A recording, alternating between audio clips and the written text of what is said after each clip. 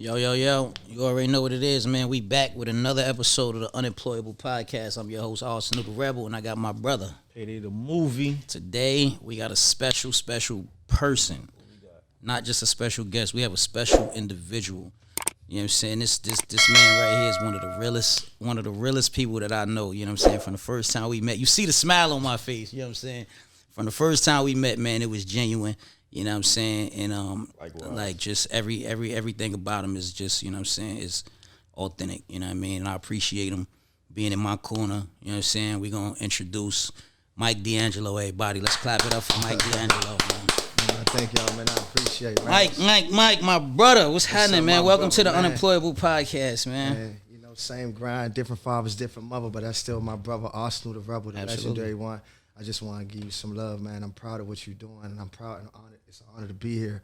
You know, my goal is always to inspire those before I expire. When we come and encounter each other, and when we encountered each other, I was already inspired by the legacy that you already had out there, just being in the world that the world know you in, as far as the battle rap world. Right.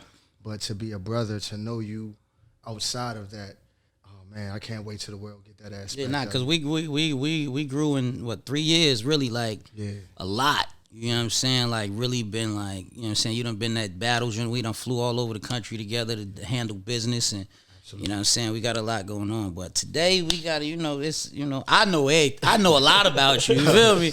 I know lots and lots about you, but it ain't about me. You know what I'm saying? It's about the people, the viewer, the listener. You know what I'm saying? Payday as well. Payday, you know what I'm saying? You already, man. Oh my God. You know, y'all know each other as well. Same sentiments, man. Definitely been, A1 since day one. Yeah, for sure. Likewise. Very solid, man. You're a solid individual, definitely man. a box for that. So look, man. For the people who don't know, fill them in. Hey man, look, I am Mike D'Angelo. Like I said, my goal is to be not only great, but to be legendary. And that's when you like really encounter, like, we all got this one gift, and that's called life. So, with this one life you get, my greatest fear is to surpass fear, because the greatest thing is on the other side of it. But not only that, to be legendary, to make sure long after I'm gone, what I did here while I existed still reigns supreme. You feel Absolutely. Me? I gotta do something every day to inspire someone to go tap into that legend that's within them. You feel me? I come from Northeast DC, Washington DC. I've been all over this world since a young age. Travel, come from a musically inclined family.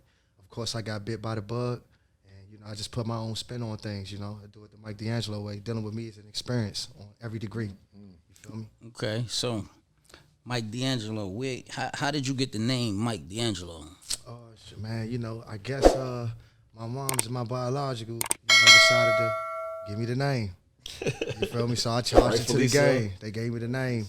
I got my name from two hustlers, two well-respected hustlers. You feel me? Risk takers. On both spectrums in life, from the good side to the bad side. That's already in my DNA. So, I use my music to serve as a soundtrack to my life. Whoever can relate to my life in the form of a soundtrack, we connect in ways that you can never really imagine unless you're an artist that enjoy putting your art out there to the world. Dope. All right, you mentioned being bit by the bug, coming from a family of musicians and everything, right? But what inspired you to pick up your pen the way we just heard prior to this interview? Literally just heard. You know what I'm saying? So what inspired you to actually say, you know what, this is, I want to rap. I want to do this right here. Like, well, I definitely got to credit that to the Ice Cubes, the Ice T's, the Dr. Dre's, the Keep it going. the Q-Tips, the Tribe Called Quest. Talk about it. The Roots, Yes. the Tupac Shakur's. Talk about it. The Eastwoods. You know what I'm saying? Like, my Uncle Dennis is the reason why I was exposed to so many different varieties and genres of music. Shout out to Uncle Dennis. Shout out to my Uncle Dennis, man. He pretty much in our community of Edgewood, DC is like a 10-mile radius. We're very small. White House is right here, and then what surrounds it is poverty, neighborhoods, hoods, beef, gun violence, all this in this one small place. We pack like sardines. So my problem is your problem. My beef is your beef, and everybody's beef, because we can all be affected. We go to the same stores, same schools, get on the same buses, trains, go to the same, like, we all run past each other. So I was always in the heart of my city. I was there, but I was not there. I knew it was a bigger world out there. I don't know why. I started looking at the world like that. Music really came into the place in the form of expression when I started going through some real things that I was just too afraid to talk about. Music stood right there. Turn your mic to you a little bit more. Music stood right there. Just turn it. Music stood right there as an scapegoat to express myself. I used to listen to my grandmother Rose. She tatted on my face in the back room. Uncle Dennis in the front with gangster music, but grandma in the back room with gospel music. So my grandmother was this rock star on the weekends, on the radio, having 1580, and in this gospel group called the Queens of Faith. So I would watch my grandmother grab the microphone and just start singing and turn into this whole nother person. And people would gravitate to that. And as you know, grandma made us to go to church with her, you know, the places like Bible Way, New Southern Rock. I would be that kid that would be intrigued, just looking around the room, watching everybody respond to this lady who's, that's my grandmama. You feel me? That's fire. So I credit my Uncle Dennis, my grandmother, my mama, you know, the family that I came amongst. Like my cousin Renata was the first one who really took rapping serious. Her and her friend Lavasha and them had a female rap group. Okay. Around the time Lil' Kim dropped hardcore, my cousin Renata and them in the living room rapping and dropping bars, hardcore. That's what's up. Like how you hear Glorilla and all them right now.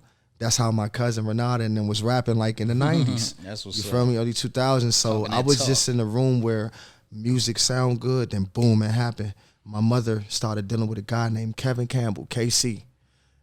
In our small apartment, he moves in with a bunch of studio equipment.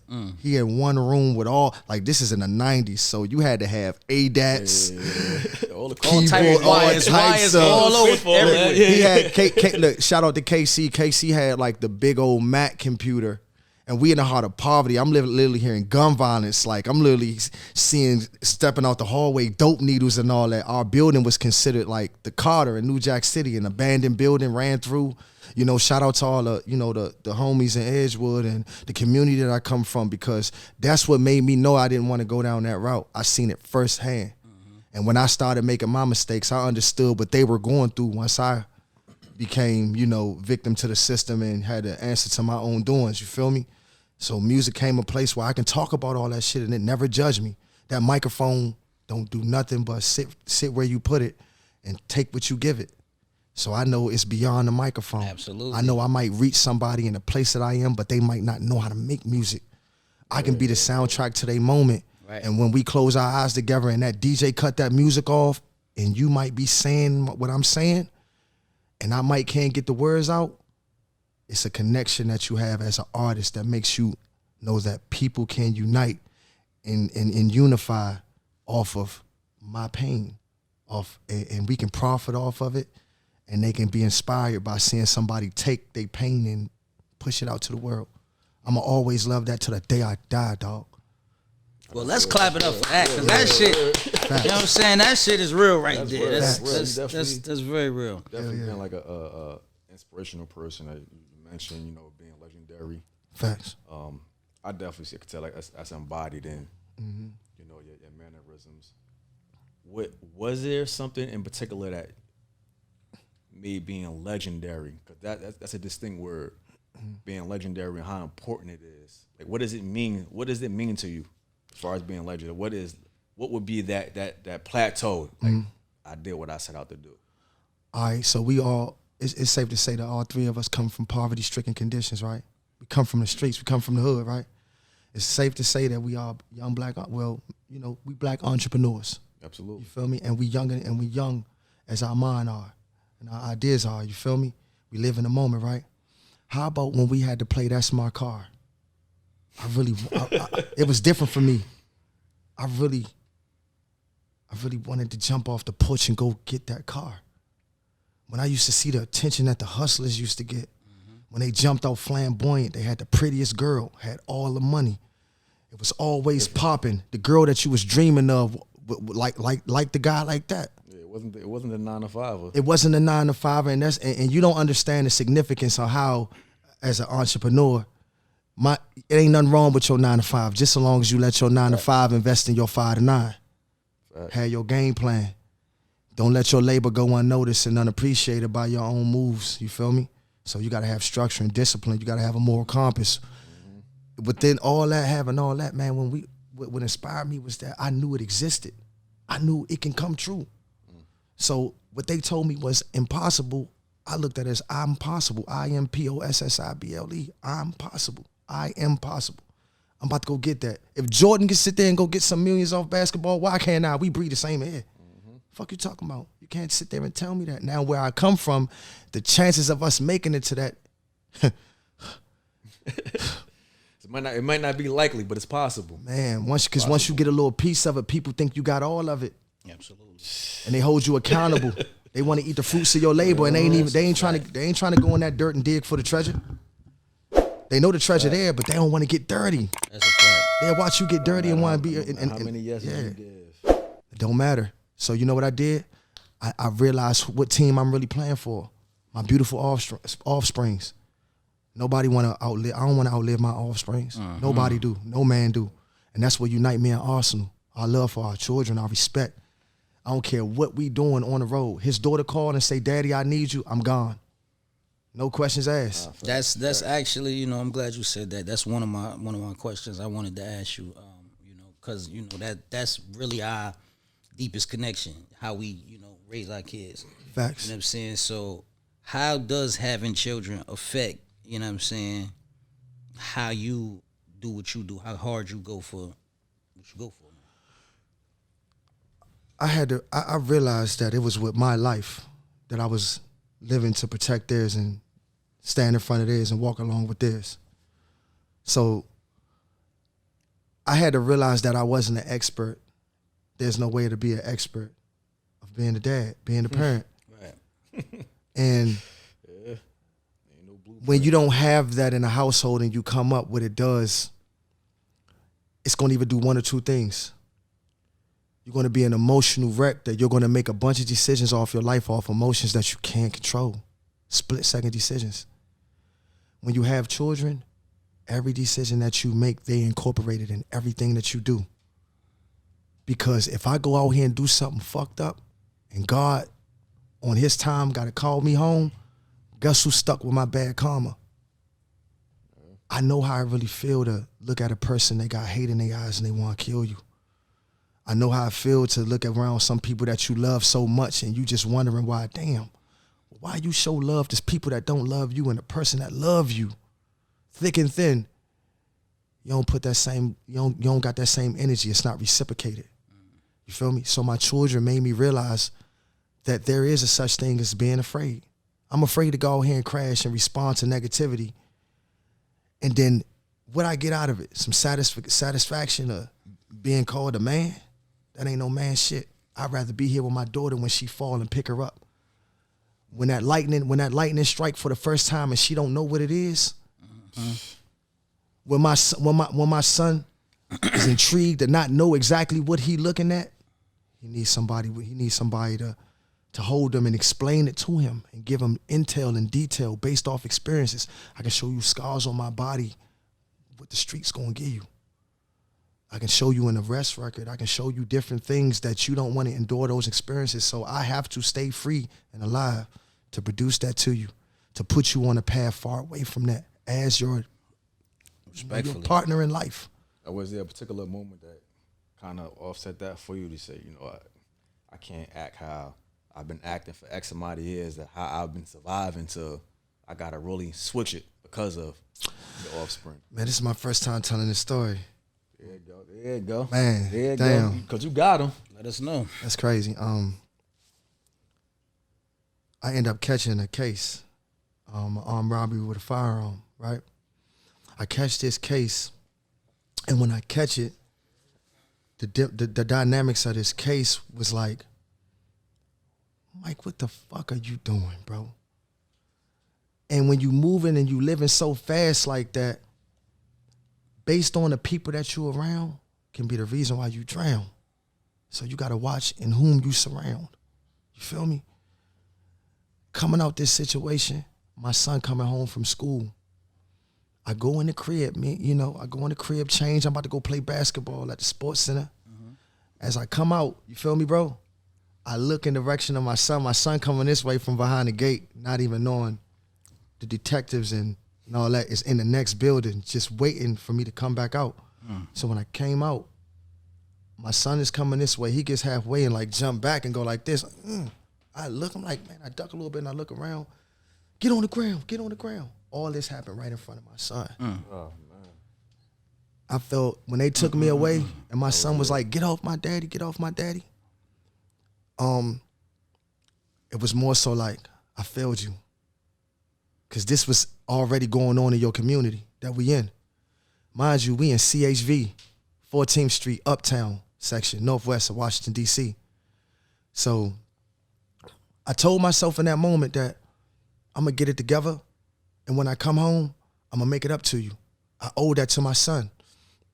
I ended up fighting the case. I beat the case because I knew I was gonna beat the case. I know how that shit work. You know, you gotta watch who you're around. You feel me?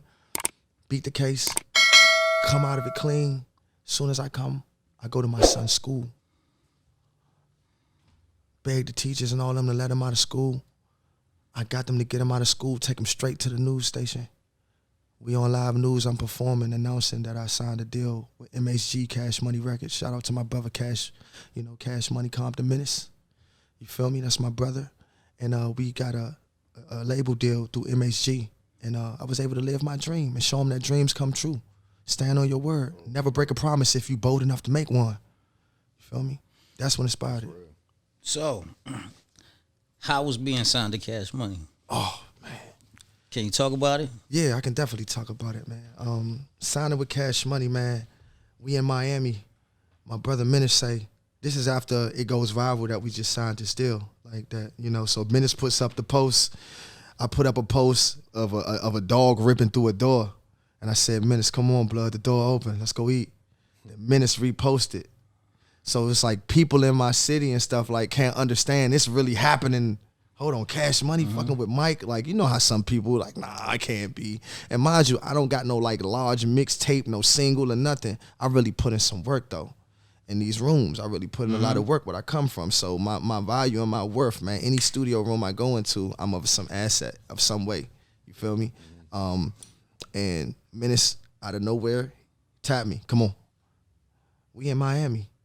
We stop in the Pork and Beans Project. Tap in. We shooting a movie. Back to the plot. I'm doing my first movie for Netflix. This is my dream. I'm like living my dream. We in Miami. We in shooting the Pork and Beans Project. Then he say, come on. And Menace just say, come on. You feel me? Now, we get the Hit Factory as soon as we go in. Birdman right there. Just sitting there. Music is going on, and I'm intrigued. Y'all know how I am when the music on. Yeah. London in the track is in the studio, literally making. He in the man. He making Hardaway, the song Hardaway with Derez Deshawn. I'm literally watching this record get made. Oh, that's crazy. So this is my first time meeting Derez Deshawn in the making. Now London got multiple setups. Birdman chilling, like he like Coach K, and. It's just work, but I'm locked in on Derez Deshawn, the artistry. Derez Deshawn going crazy. He going so dumb. I felt the pressure, like, oh, he's good. So when Hardaway come on, you know me, I'm regularly just gonna blurt out some what I'm hearing and shit like that, and then Derez doing that. So my love for it allowed me to just walk in the booth on Derez, not even knowing him.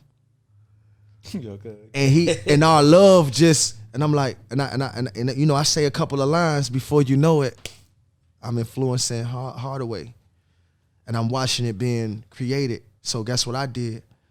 I'm on my little run. I take his song Ambition, drop it on the radio nationally.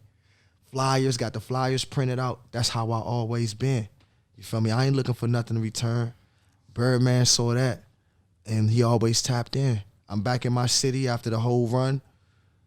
The city is like seeing all this happen so fast, going to the BET Awards and all that.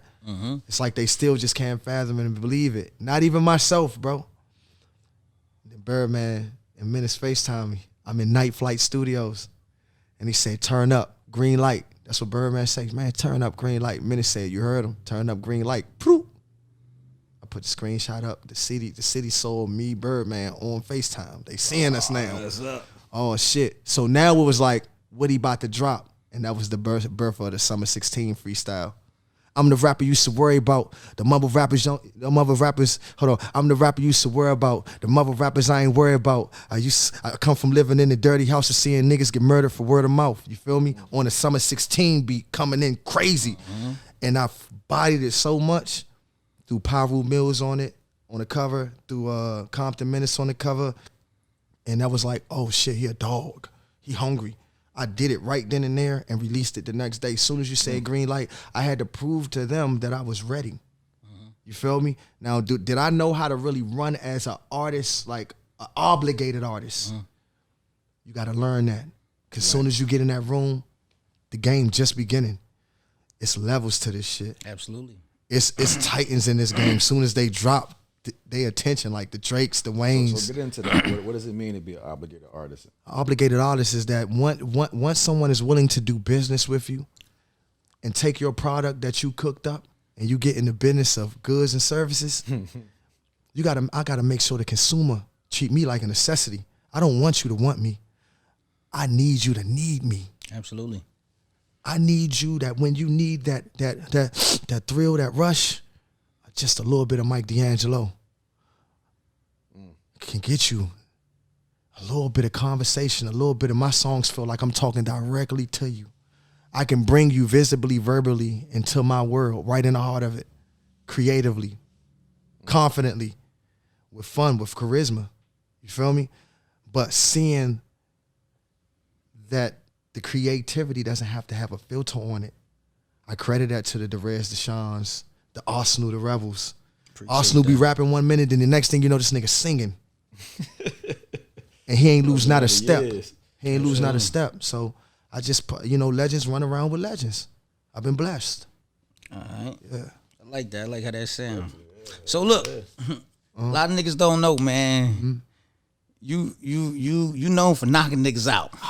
Shit, Oz, come Now on. you known for really knocking out. I done seen you knock a nigga out. Like Firsthand. I done seen it. You know what I'm saying? I watched you knock a nigga out. So you come from when did you start boxing? Cause you box, correct? Man, Hands was registered and all that, right? Yeah, but I gotta keep it all the way funky because it's just me. As a kid, shout out to my Aunt Martha, in Jersey, Patterson, and what's that? Passaic County. Passaic County, yeah. There was this school. The Biddle family had a karate school. She put me and my little cousin Dene in it. So I fell in love with martial arts. I love arts. I love arts of all form. Right. I fell in love with martial arts as a kid.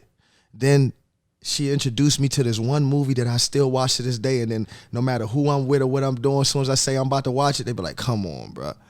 Bloodsport, Van Damme. Okay. That was my That's a guy good ass movie. back in the day. my That's a shit. good movie right I don't there. care what mean, nobody say. I can't blame you with that one. Yeah, So my Uncle Dennis would be cracking jokes. He think he Black John Claude Mike Van Damme here. Like, you feel me? Like, so, coming up in karate as a kid taught me discipline, structure, breathing, formation, how to right at that moment keep that chin tucked and turn that punch over right all the way in.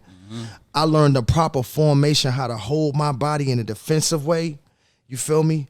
And still keep calm, not weave my head and put my head down and run into an uppercut, but simply keep my core and my quad tight and give it a slight bend at the knees and walk the rope. You ever seen somebody have a rope?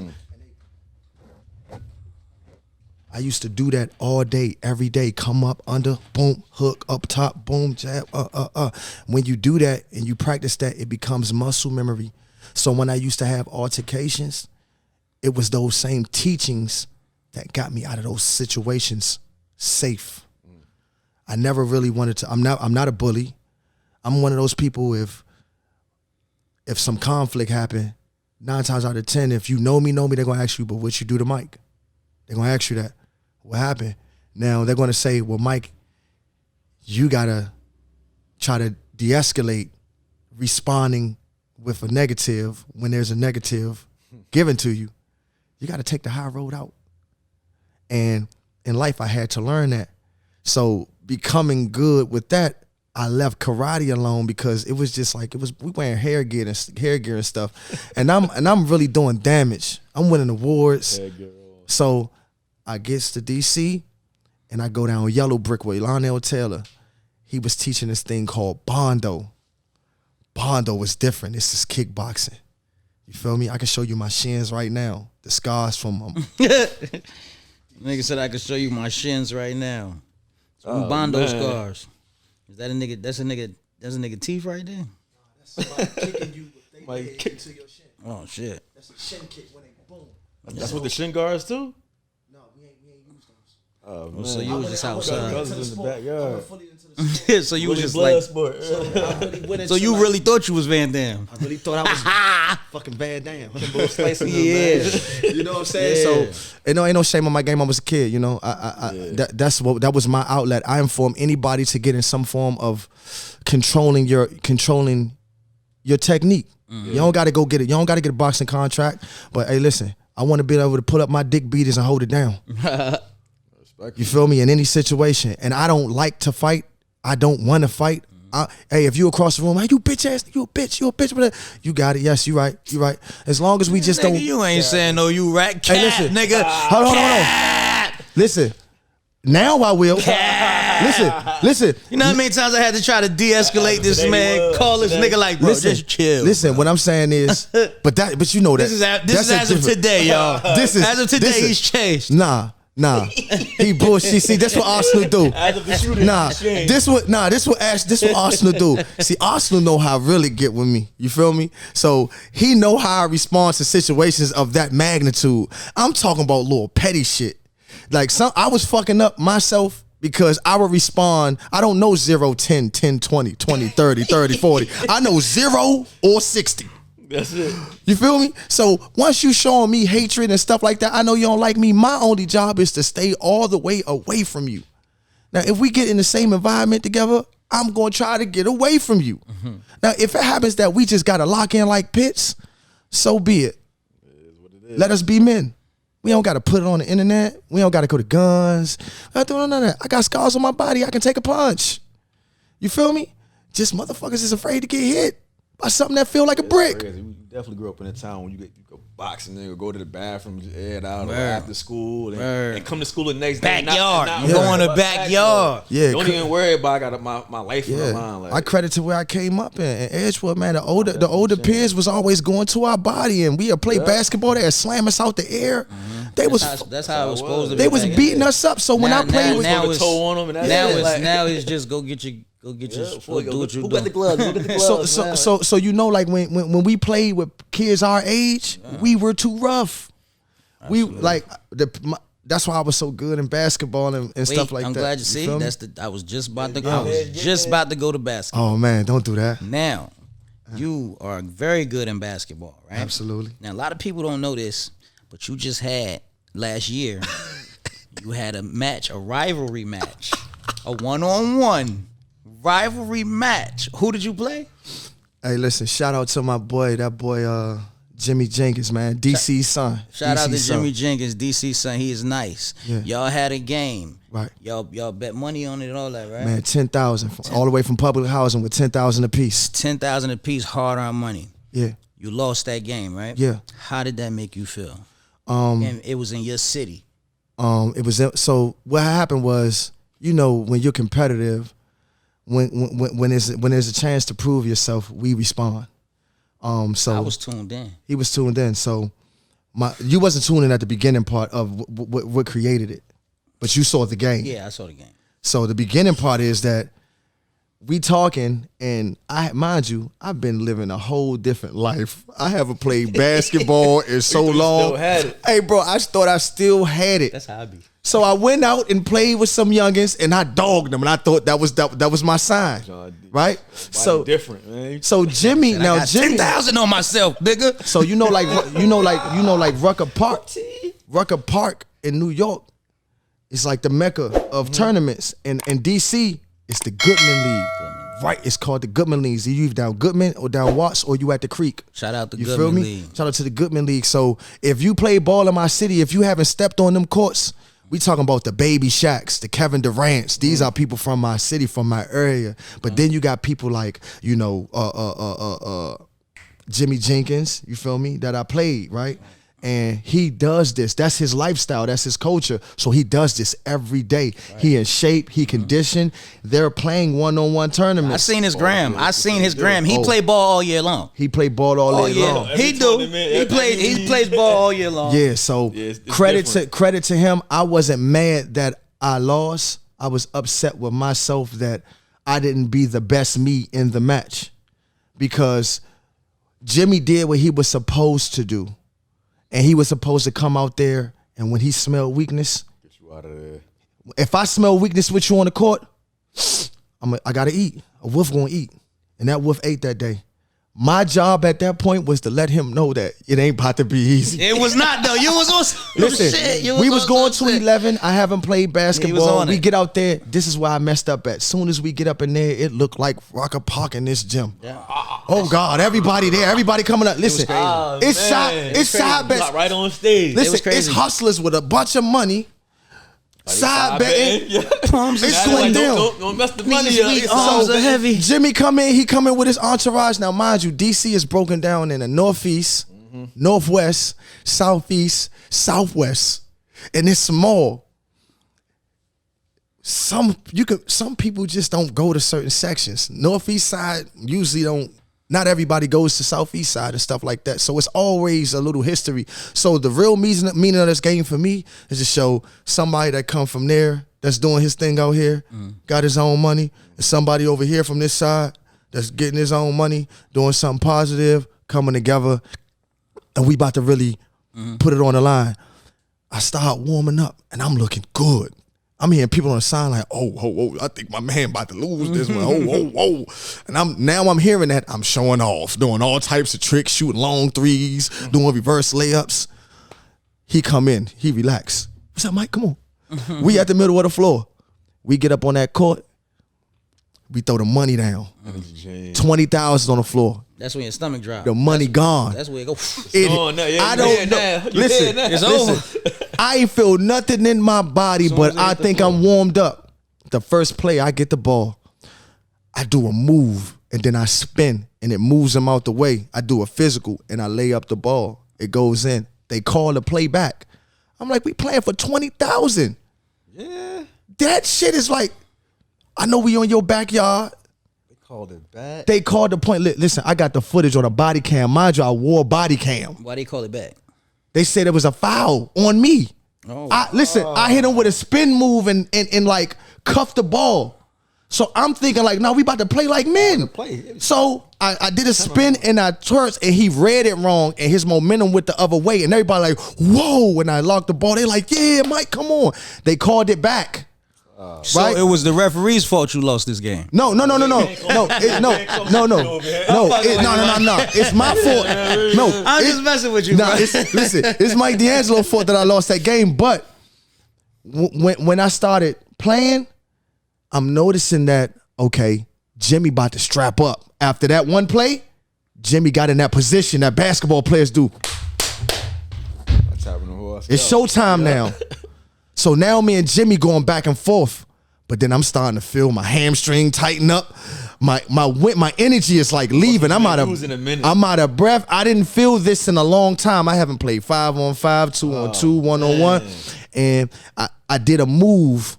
Like I yanked the ball back and did a move, and I felt my hamstring do that like that pop. I felt it. It ain't gonna be the same. And my main thing was I'm a fair hustler.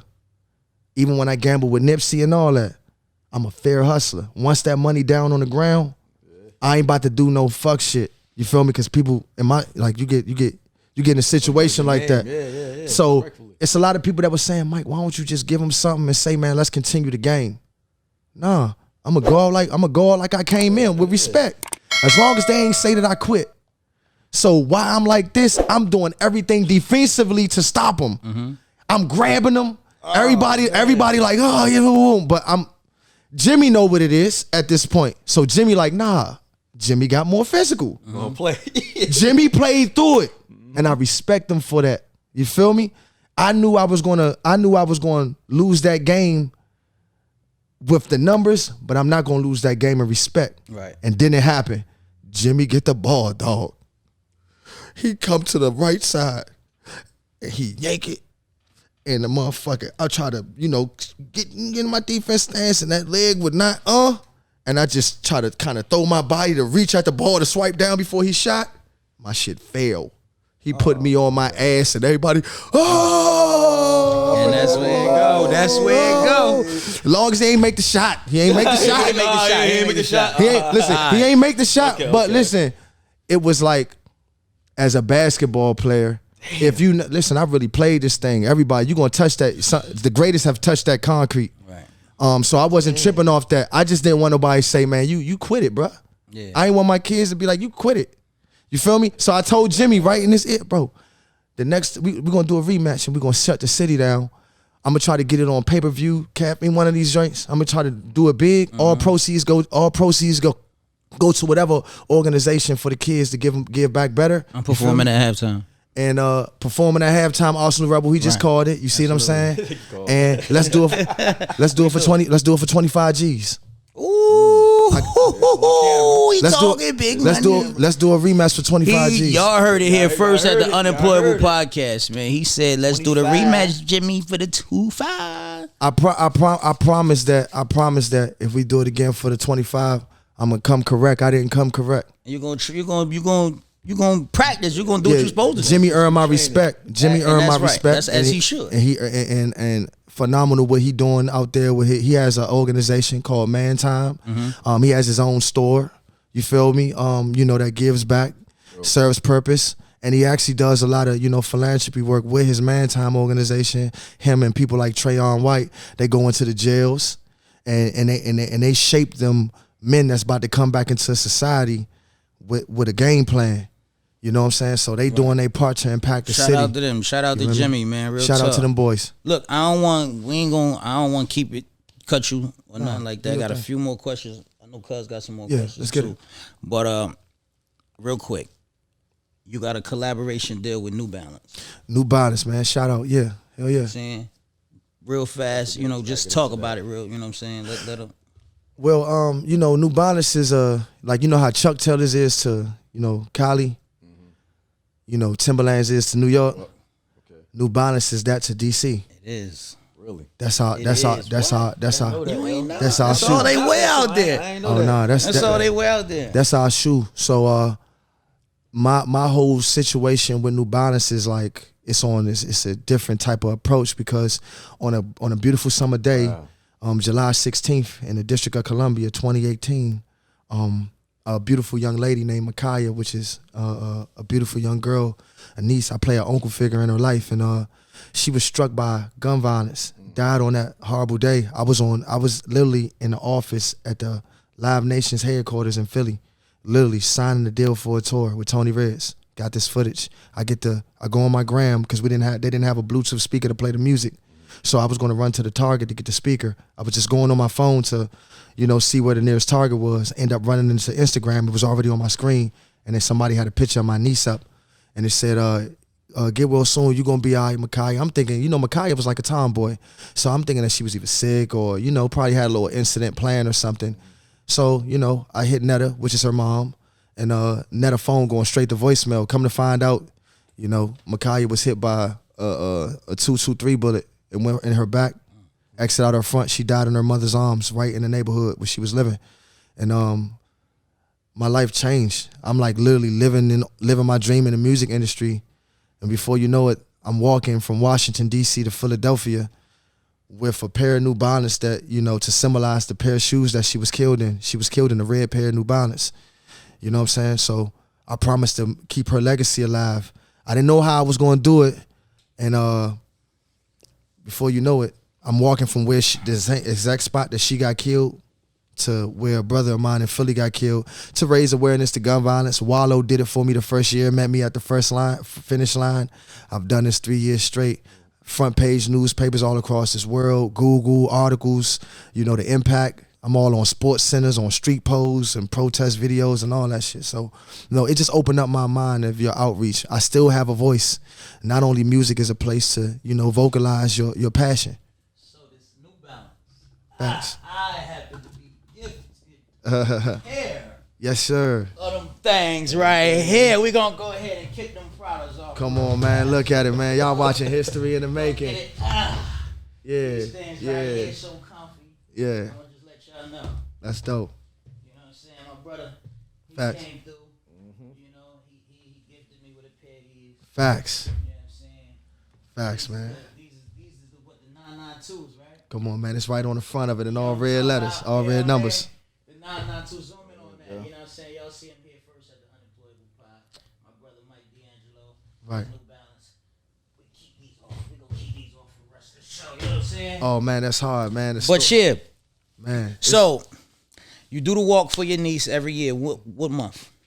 I do it I do it 10 days after the day that she was killed.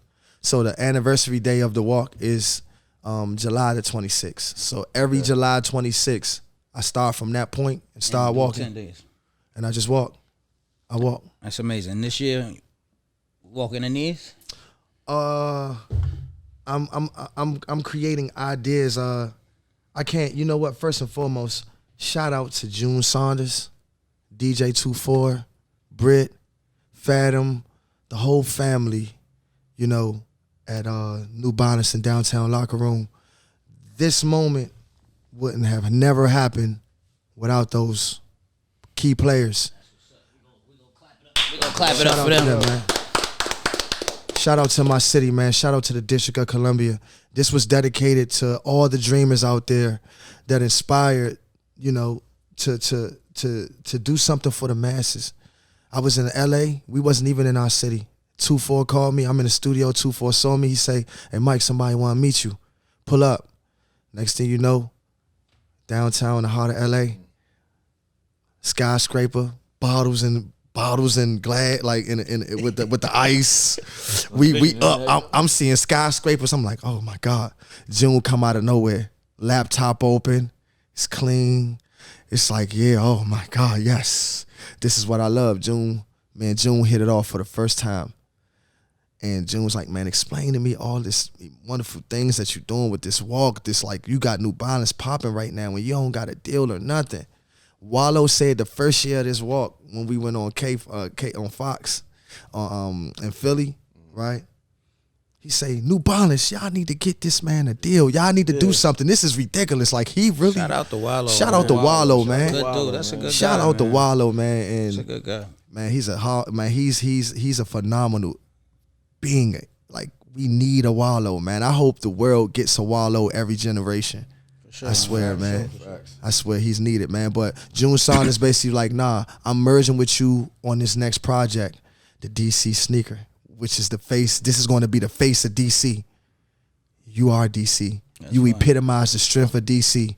You represent what DC is, but you got people like the Big G's, you got people like the Chuck Browns, you got people like the Go-Go Bands, you got so many dope figures out there. Shout out to Red Grant, legendary comedian who just ran for mayor. Phenomenal, like his run was amazing. That just represent, hey, listen, we saw this guy work hard for this. Every step that he took in New Balance, how my feet are damaged for the rest of my life from these walks. You feel me? That's crazy. My passion, my dream, everything lies when you put that shoe on. That's how you inspire before you expire. Well, I'm glad I inspired before I expired today. Facts. You know what I'm saying? I like them. They comfortable too, man. Look, I need you to keep this one very quick because we got another question that we have to ask you. Facts. But a lot of people don't know that man behind you was a brother to you, an inspiration, and a very good friend of yours. Can you please just walk us through quickly your last moments with Nipsey? My last moments with Nipsey, Crenshaw. He was doing a merge with Planes, Rock Nation. He came out with a hat, had the plane on the front and all that. And me and God rest his soul, Blackie from Grape Street Watts, you know. We pull up in Nipsey Hood on Bryanhurst just to stop at the marathon and celebrate with him. So I said, nah, we got to get him some bottles. We got to get the homie some bottles. I already let Jay Stone and them know I was about to be on my way. And man, the line stretched all the way from his block all the way to the store. It was so much. It was like something that I never seen before. And then I saw Nipsey standing tall. walk over with the bottles, tap in with Jay Stone, man. Nipsey have a moment, back to back up against the wall, and we have a moment, man. I see that walk. I might got to put a couple of miles in with you. I think I can, you know, step with you. Matter of fact, I'm a pledge 60 miles for this, you know, 60, you know, this, you know, and we on the wall, and I go like this, and he go like this in the video, and that was it. You feel me? We politic, we grind, went to the studio, stuff like that. You know, he ended up having to do a feature with Meek and stuff like that, a record with Meek upstairs. So I'm downstairs with the All Money In family, Jay Stone, Hoggy, like the men, you feel me? And that's how we all hit it off, you feel me? That's how we all really hit it off. Brother, that's what's up, man. Yeah. All right, so, you know, before we end it, I'm going to let Payday let you know the last segment. Every guest come through here. Mm-hmm. Again, this is the Unemployable podcast. So we got to ask, if you ever had a job, walk us through that moment where you decided, where, you know, this is plan A. I'm no longer employable. I'm going to take it to the top. Or if you never had a job, walk us through that thought process. Like, what happened? Where, you know, what? Mike definitely had a job. You definitely had a job somewhere. I don't and know. you ain't never had a job in your life? A couple people say they ain't had no some job. people say you ain't never had a job, though. They didn't. All right, so look, I'm going to Tell us what that last job is in that moment. If you I'm had gonna a make job. it so I don't count me working in the community. I you know, I would help kids with homework and teach them music and stuff like that. That's hood love. So I don't consider that as a job, you know. Shout out to Reverend Robinson and the Beacon House community and the family over there. Like, he gave me a job there to help, you know, teach the kids, help kids mentor them with homework, and then I would teach them music downstairs with Mark Levine and Mr. Christian, and then with got CPDC. paid for that? Got paid for that in the hood. I was getting paid $1,600 as a young. That's a job, nigga. No, That's a job. No, what, no. What do you mean? But that's me giving my service to my community. Took the bread. I took the bread. I took the bread. I took the bread. No. But that's hood love. So that's just me personally. But a job outside of the hood, but that was around there. Check this out. Rhode Island Avenue, 4th Street, down the street. There's a big church called Mount Calvary. Next beside it, the train station, and then right there is a McDonald's. I get a job at McDonald's. Okay, talk about it. So Mickey fucking D's. They start me at McDonald's on a Sunday. Mind you, church is going on. So on a Sunday. Guess what people like to do when they get out of church? Go to McDonald's. Something to eat. Man, I'm just sitting right there. My shift starts when church ends. So the whole Oh, you church. just got there. So when I'm getting there, I get there 30 minutes early. You feel me? Like they told me to. This is my first day. Oh, your first. The store is not nobody in this store. I'm like, oh, this finna be a breeze. When I come back to the front, it's packed people out the door. And these people want their food. These are churchgoers. I'm on a cash register for the first time. These people talking to me any kind of way. Where's our food? Somebody need to get him. He don't even know. He don't even know. Why would y'all put him on the register? Guess what I did? Quit I went to the back and never came back. and never came back. That was the only job I worked in my went life. to the back and never came back. You hit him with the bathroom break? Or you No. I took off the little visor. Oh, man. And I walked out and looked right at him as I was walking out and went back to the hood. I went up the street. That's crazy. I started making beats for money. I started doing anything I possibly can to not have to go back to McDonald's. And that's not to knock anybody that bum. I'm thugging it. I can't do that with you. Right. Respectfully. I can't do respectfully. No, that's. I didn't like. I definitely never heard. Now that's a story I never heard. Nah, so bro, I didn't like how them You people. ain't never hit them. You That's a ain't good no one. call, no show 'em, or nothing. You just like, man. That's a good one. No, this is my first day. So y'all, I think it was wrong for y'all to put me on a schedule by myself. Oh man. Y'all I'm the only one on front line. No trainer. Man, they put me up there, and these people want their food. So you got people. Probably the busiest day. You got Spanish, you got Spanish workers that come in there, and let me give me numero nueves. They get 9 number 9s. You want 9 fish fillet meals, and ain't nobody dropping the fries, so I gotta run slipping on grease, drop the fries, hit the button, come back, do this, then get the fries. No salt, please. You already done sprayed salt on them. So you got to drop another one. Like, it's really some You had a work. rough day, huh? Man, listen, bro. I'm not playing with them people I got out of there. Respectfully, I'm man. supervisor. Man, shout out. Who knows what it'd been if you ain't have a day like that. So Man, I would love to see a Be Legendary meal on the menu. Hey man, it's You know? possible. Existence. Like you It's said, existence. it's It is possible. possible. You know, That's Cardi one and thing. all. I can see that. Yeah, John. Cardi and Offset got, you know. It's possible, my G. You know, what's the other chick that got the So, situation? She had Sweetie. she had one too. Yeah, Sweetie. Shout Yeah, out to her. shout out to them. We gonna get one soon. They over 1 billion sold, so you know they got money. Come on now. Look, man. Mike, we appreciate having you, man. Let's So clap it up for you, man. Mike D'Angelo, the one, the only, the legendary, man. Be legendary. Is there anything you want to say before you get out of here? Look into that camera. Let the people Let 'em know know where the they can handle, find all you. that good stuff. All that. Man, if you want to tap in with me at IAM _ Mike D'Angelo, MikeDangelo _ Once again, @ MIKE, you feel me? AIM MIKE D'Angelo, you feel me? With the underscores in between each part, you feel me? Inspire before you expire. Don't let nobody tell you that you can't be what you inspired to be. Do right by your people, and your people got your back like chiropractic, man. Go get that money. Be legendary. Straight up. Hey, Yes, sir. you heard it said any first. better.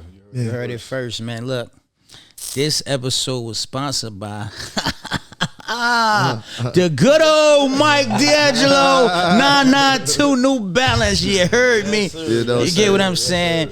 I'm your boy Arsenal the Rebel. Payday the movie. You know what I'm saying? This was another episode of the Unemployable Podcast. We see y'all next Like, time. comment, share, subscribe, all that good stuff. My fault. Hey, James Brothers, man. Go get that James Brother project, Ross Street Garvey, BDR, man. It's out right now, man. Go get that. Be legendary.